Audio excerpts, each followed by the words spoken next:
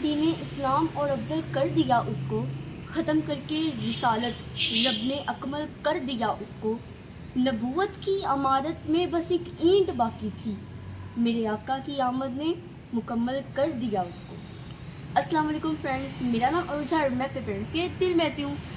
आज का मेरा टॉपिक है ख़त्म नबूवत सल्लल्लाहु अलैहि वसल्लम। ख़त्म नबूवत से मुराद है कि जितने भी अंबिया कराम इस दुनिया में तशरीफ़ लाए थे अल्लाह ताला का पैगाम पहुंचाने के लिए, जिन्हें अल्लाह ताला ने अपना पैगाम पहुंचाने के लिए, लोगों तक पैगाम पहुंचाने के लिए मबूस किया था, उनकी रिसालत को आप सल्लम की आमद के बाद अल्लाह ताला ने ख़त्म कर दिया। आप सल्लल्लाहु अलैहि वसल्लम पर नबूवत की मोहर लगा दी कि आप सल्लम के बाद कोई नबी नहीं आएगा और आप सल्लम आखिरी नबी है, और इसीलिए आप सल्लम पर आखिरी किताब कुरान मजीद में नाजिल किया। आप सल्लम तमाम जहानों के नबी हैं।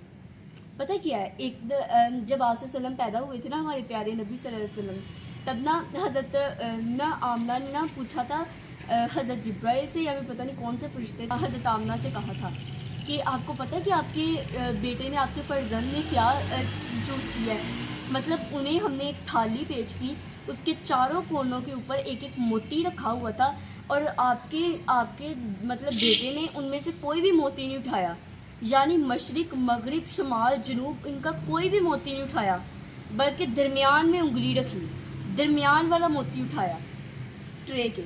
और इसका मतलब है कि आप सल्लल्लाहु अलैहि वसल्लम ने खुद चूज़ किया कि मैं इस पूरी कायनात का नबी हूँ। इससे पहले जितने भी लोग थे उनका, और मेरे आने के बाद जितने भी लोग हैं उनका, मैं सबका नबी हूँ, जानवरों का, परिंदों का नबी हूँ। आप सल्लल्लाहु अलैहि वसल्लम जानवरों के साथ भी बहुत ही ज़्यादा शफ़क़त फरमाते थे। जानवर आप सल्लल्लाहु अलैहि वसल्लम के पास अपनी सिफारिश लेकर आते थे, अपने जितने भी आका हैं उनकी सिफारिश लेकर खुद चल के आते थे आप सल्लल्लाहु अलैहि वसल्लम की सिफारिश के ऊपर, आप सल्लल्लाहु अलैहि वसल्लम से सिफारिश करने। आप सल्लल्लाहु अलैहि वसल्लम वो है जिनके पीछे पत्थर ने भी कलमा पड़ा। आप सल्लल्लाहु अलैहि वसल्लम वो है जिनके पीछे पेड़ भी चल पड़ते थे। आप सल्लल्लाहु अलैहि वसल्लम वो हैं जिनके साथ बकरियां, ऊँट, सब जानवर बातें करते थे। आप सल्लल्लाहु अलैहि वसल्लम के साथ, आप सल्लल्लाहु अलैहि वसल्लम से अपने गिले शिकवे शेयर करते थे।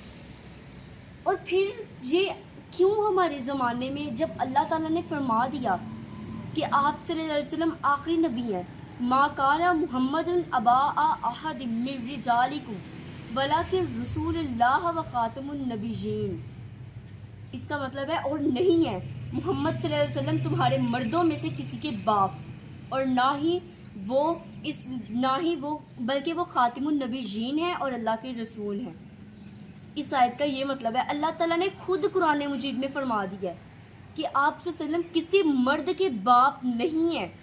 तो फिर हम क्यों हमारे अंदर से कोई ना कोई ऐसा मर्द कादियानी उठ पड़ता है जो कहता है कि मैं नाउजुबिल्लाह नबी हूँ। क्यों ऐसा होता है? हमारे नबी सल्लल्लाहु अलैहि वसल्लम की रिसालत की, हमारे नबी सल्लल्लाहु अलैहि वसल्लम जैसा मर्तबा के जैसा कोई कुछ भी, कि जितना ना ओहदा कोई भी नहीं ले सकता। आप सल्लल्लाहु अलैहि वसल्लम वो है जो अल्लाह ताला को महबूब है, उनकी बराबरी कोई भी नहीं कर सकता। इतने खूबसूरत नबी, इतने ज़्यादा अफजल और अकमल नबी हैं उनकी बराबरी कोई भी नहीं कर सकता, कायनात में कोई भी नहीं।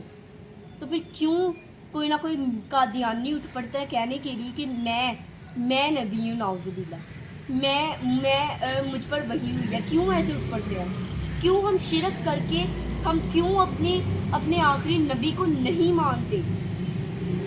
पता क्या है, आप सल्लल्लाहु अलैहि वसल्लम ने खुद फरमाया कि मेरी मिसाल उस इमारत की तरह है कि जिसके अंदर जो पूरी कंप्लीट होगी पर एक ईंट बाकी बच गई, और उस ईंट को लगा दिया गया तो वो इमारत कंप्लीट हो गई। मतलब नबूवत की जितनी भी इमारत थी ना, उसके अंदर आप सल्लल्लाहु अलैहि वसल्लम ने फरमाया कि एक ईंट बाकी थी, जो ईंट अल्लाह ताला ने मुझे बनाकर वो ईंट लगा दिया, तो अब नबूवत की इमारत कंप्लीट हो गई है। अब नबूवत की इमारत में कोई एक्स्ट्रा ईंट नहीं लगेगी। ये मिसाल है आप सल्लल्लाहु अलैहि वसल्लम की। आप सल्लल्लाहु अलैहि वसल्लम ने खुद फरमाया कि मैं आखिरी नबी हूँ, मेरे बाद कोई नबी नहीं आएगा। हम फिर भी ऐसे करते हैं। तो ऐसे लोगों के लिए ना, ये जो कानून पास हुआ था ना कि कोई भी अगर ऐसे करेगा तो उसका सर जो है वो तन से जुदा कर दिया जाएगा, ये बहुत अच्छा कानून है, इसको हम अप्रिशिएट करते हैं और ऐसा होना भी चाहिए।